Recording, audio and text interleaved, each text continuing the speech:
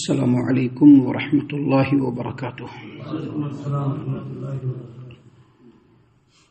اعوذ باللہ السمیع العلیم من الشیطان الرجیم من ہمزہ ونفخہ ونفثہ بسم اللہ الرحمن الرحیم فاستفتہم اہم اشد خلقا امن خلقنا انا خلقناہم من طین لازب بل عجبت ویسخرون وَإِذَا ذُكِّرُوا لَا يَذْكُرُونَ وَإِذَا رَأَوْا آيَةً يَسْتَسْخِرُونَ وَقَالُوا إِنْ هَذَا إِلَّا سِحْرٌ مُبِينٌ۔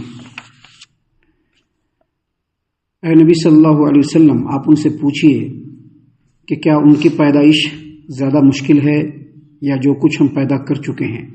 ہم نے ان کو چپکتے ہوئے گارے سے پیدا کیا۔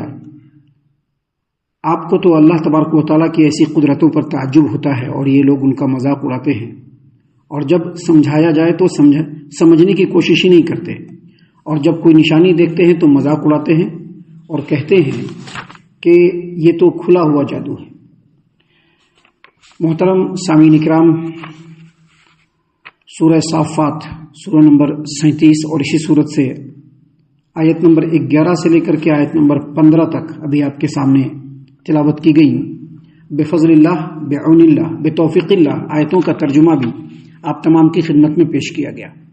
سامعین کرام، اللہ تبارک و تعالیٰ نے فرمایا، اپنے نبی کریم محمد عربی صلی اللہ علیہ وسلم کو مخاطب فرمایا اور کہا اللہ نے، فاستفتہم، اے نبی صلی اللہ علیہ وسلم آپ ان لوگوں سے پوچھئے، اہم اشد خلقا امن خلقنا، کیا ان کی پیدائش زیادہ مشکل ہے یا وہ چیزیں پیدا کرنا زیادہ مشکل ہے جو ہم پیدا کر چکے ہیں؟ انا خلقناہم من طین لازب، ہم نے ان کو چپکتے ہوئے گارے سے پیدا کیا ہے۔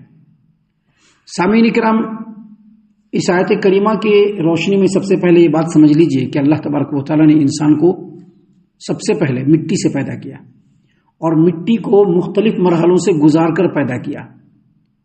قرآن کریم میں جب آپ قرآن کریم کی آیتوں کا مطالعہ کریں گے، جب قرآن کریم کی آیتوں پر غور کریں گے تو پتہ چلے گا اللہ تبارک و تعالیٰ نے کہیں پر قرآن کریم میں انسانوں کے پیدائش کا ذکر کیا تو کہا کہ ہم نے انسانوں کو ارض سے پیدا کیا۔ ارض کا مطلب اصل میں زمین ہوتی ہے، لیکن ارض کا مطلب ہوتا ہے معمولی مٹی۔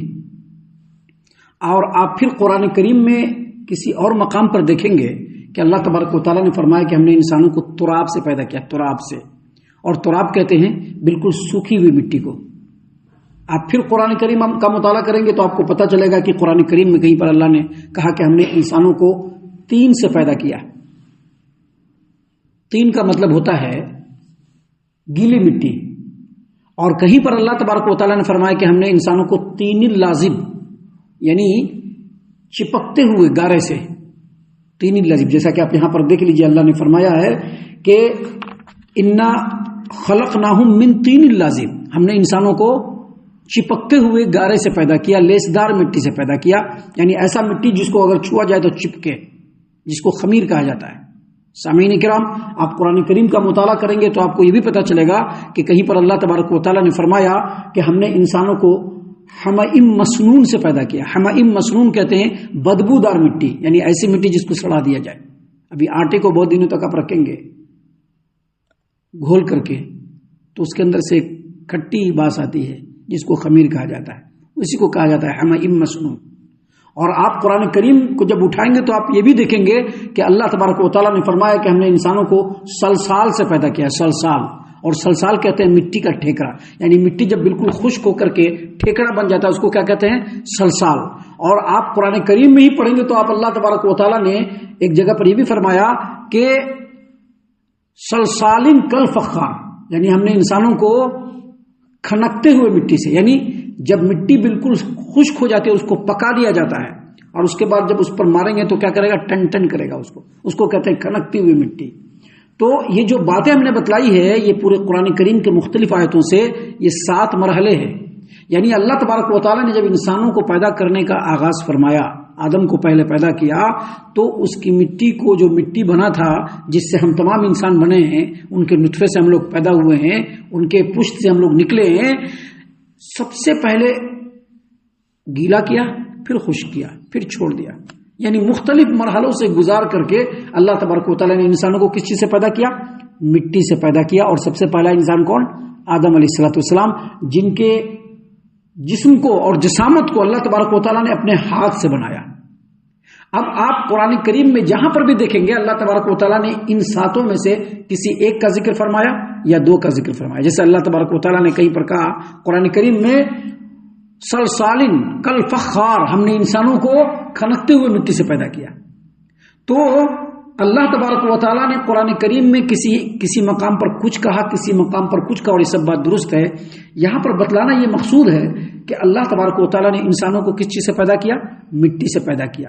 مٹی کو پہلے گیلا کیا گیا، پھر اس کو چھوڑا گیا، پھر اس کو سڑایا گیا، پھر اس کو خشک کیا گیا، پھر اس کو پکایا گیا، اور پھر جب بالکل ٹھیکرا کے بعد جب وہ کھنکتی ہوئی مٹی بنی تو اللہ نے اس سے کیا بنا دیا؟ آدم علیہ السلام کے پتلے کو بنا دیا، اور پھر اس کے اندر اللہ تبارک و تعالیٰ نے روح ڈالی اور ایک انسان مکمل بن گیا۔ تو یہاں پر سب سے پہلے یہ بات سمجھ لیجئے کہ سائنس کے اندر یا دوسری چیزوں کے اندر جو بتلایا جاتا ہے کہ ڈاروین نے کہا کہ انسان پہلے بندر تھا اور بندر کے بعد ترقی کر کے جو ہے وہ انسان بنا، یعنی اس کو کہتے ہیں نظریہ ارتقاء، یعنی پہلے انسان بندر تھا، بندر سے پھر پہلے انسان کچھ اور چیز تھا، اس سے پھر جو ہے نباتات بنا، نباتات سے پھر بندر بنا، بندر کے بعد پھر وہ انسان بن گیا ترقی کر کے۔ تو یہ نظریہ بالکل غلط ہے، فاسد ہے، باطل ہے۔ اللہ تعالیٰ نے انسان کو انسان ہی پیدا کیا، اور کس چیز سے پیدا کیا؟ مٹی سے پیدا کیا۔ یہاں پر اللہ تبارک و تعالیٰ نے کیا فرمایا؟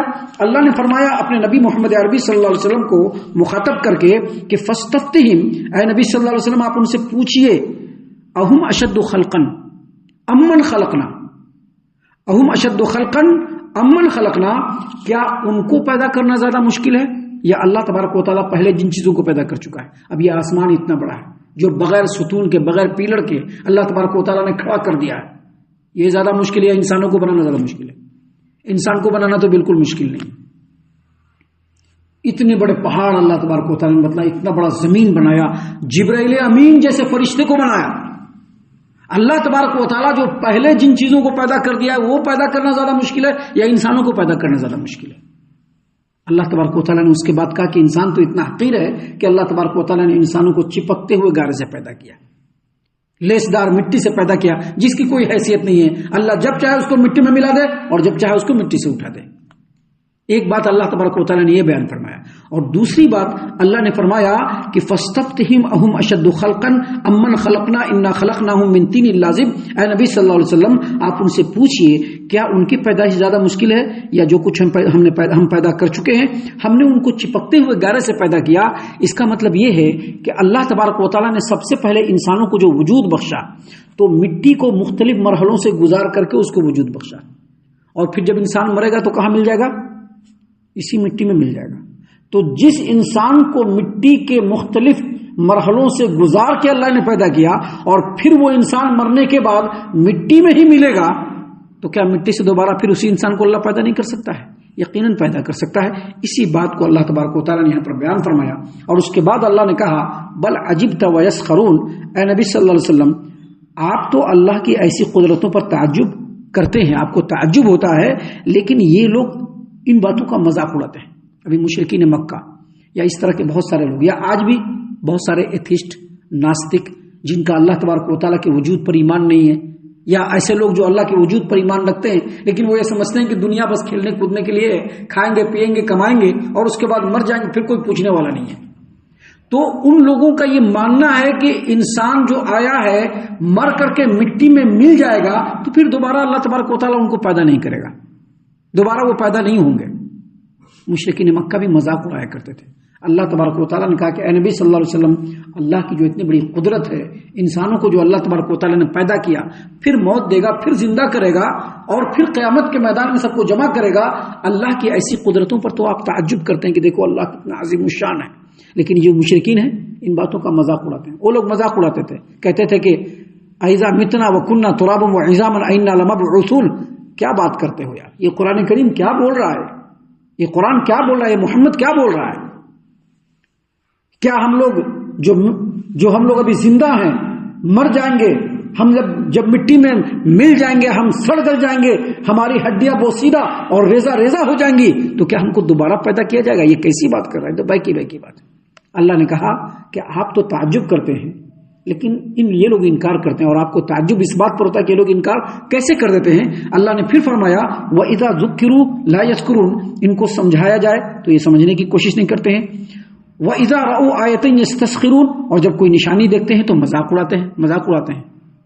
اللہ تبارک و تعالیٰ نے قرآن کریم میں، آپ قرآن کریم کا مطالعہ کریں گے تو مرنے کے بعد قیامت قائم ہونا تو ابھی بہت دور ہے، ابھی ہم لوگوں کے نظر کے سامنے نہیں ہے، لیکن ہم لوگ جس زمانے میں ہے اس زمانے سے پہلے اللہ تبارک و تعالیٰ نے سنگل انسان کو بھی اور پوری جماعت کو بھی پہلے موت دیا اور ایک زمانے تک سلایا اور پھر کھڑا کر دیا۔ آپ سورہ بقرہ اٹھائیے، آپ کو وہیں پر مل جائے گا۔ پوری جماعت کو اللہ تبارک و تعالیٰ نے ختم کر دیا اور پھر دوبارہ ان کو اٹھا دیا۔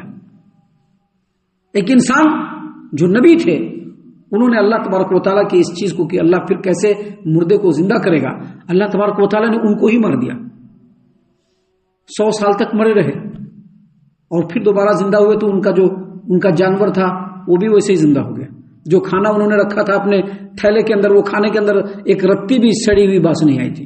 سورہ کہف کو اٹھائیے، اللہ تبارک و تعالیٰ نے کئی سالوں تک ان کو موت دے دیا اور پھر ان کو اللہ تبارک و تعالیٰ نے زندہ کر دیا۔ تو اللہ تبارک و تعالیٰ نے تو ان تمام چیزوں کی دلیلیں دے دی، لیکن جو نہیں ماننے وہ لوگ وہ مذاق اڑاتے ہیں۔ جب ان کو سمجھایا جائے تو وہ نصیحت حاصل نہیں کرتے ہیں، ان کو جب اللہ کی نشانی کے بارے میں بتلایا جائے تو وہ لوگ مذاق اڑاتے ہیں۔ اور کیا کہتے ہیں مشرکین مکہ، کیا کہا کرتے تھے وہ لوگ کہا کرتے تھے ان ھذا الا سحر مبین، یہ تو کھلا ہوا جادو ہے۔ یعنی قرآن کریم کا یا نبی کریم صلی اللہ علیہ وسلم کا مشرکین مکہ کے سامنے یہ کہنا کہ لوگوں تم لوگوں کی یہ زندگی ہے جو ٹیمپروری ہے، پھر تم لوگوں کو موت آئے گی، موت آنے کے بعد پھر اللہ تبارک و تعالیٰ اپنے بارگاہ میں تم کو بلائے گا، یہ باتیں ان کو خیالی باتیں لگتی تھی، تلسماتی جادوئی باتیں لگتی تھی، دیو مالائی باتیں۔ یہ کیا بات ہے یار، انسان مرے گا، زندہ ہے، مرے گا، مرنے کے بعد مٹی میں مل جائے گا، پھر اللہ تبارک و تعالیٰ ان کو دوبارہ زندہ کرے گا، پھر قیامت کے میدان میں جمع کرے گا، پھر ان کے عملوں کا حساب ہوگا، ایک طرف جنت ہوگی، دوسری طرف جہنم ہوگا، جہنم کی یہ صفات ہوگی، جنت کی یہ صفات ہوگی۔ یہ سب تو خیالی باتیں ہیں، یہ تو بہکی باتیں ہیں۔ ایسی باتیں وہی کر سکتا ہے جس کے اوپر کھلا ہوا جادو ہوا ہو، یا وہی کر سکتا ہے جو جادوگر ہے۔ تو اسی بات کو بیان کرتے ہوئے یہ مشرکین مکہ نبی کریم صلی اللہ علیہ وسلم کے بارے میں کہا کرتے تھے کہ یہ جو قرآن کریم لے کر کے آیا ہے نبی صلی اللہ علیہ وسلم، یہ تو کھلا ہوا جادو ہے۔ اور پھر آگے اللہ تبارک و تعالیٰ نے انہی باتوں کو کنٹینیو کیا ہے جس کو انشاءاللہ ہم کل آپ کے سامنے پیش کریں گے۔ ہم اللہ سے دعا کرتے ہیں کہ اللہ تعالیٰ ہم تمام کو ان تمام باتوں کے اوپر خوب غور و فکر اور تدبر کرنے کے ساتھ ساتھ ان باتوں پر عمل کرنے کی بھی توفیق عنایت فرمائے، آمین۔ اللہ تعالیٰ ہم تمام کو صحیح معنوں میں پکا سچا مومن مسلمان بنائے، اللہ اور اس کے رسول صلی اللہ علیہ وسلم کی اطاعت و فرما برداری کرنے والا بنائے، صحابہ کرام رضی اللہ عنہم کے طریقے پر چلنے والا بنائے، جنت الفردوس میں جگہ عطا فرمائے۔ اے اللہ ہم تمام کو جہنم سے پناہ دے، اے رب العالمین ہم تمام کو جہنم سے پناہ دے، اے مالک الملک ہم تمام کو جہنم سے پناہ دے، آمین یا رب العالمین۔ وما علینا الا البلاغ المبین۔ تبارك الذي نزل الفرقان على عبده ليكون للعالمين نذيرا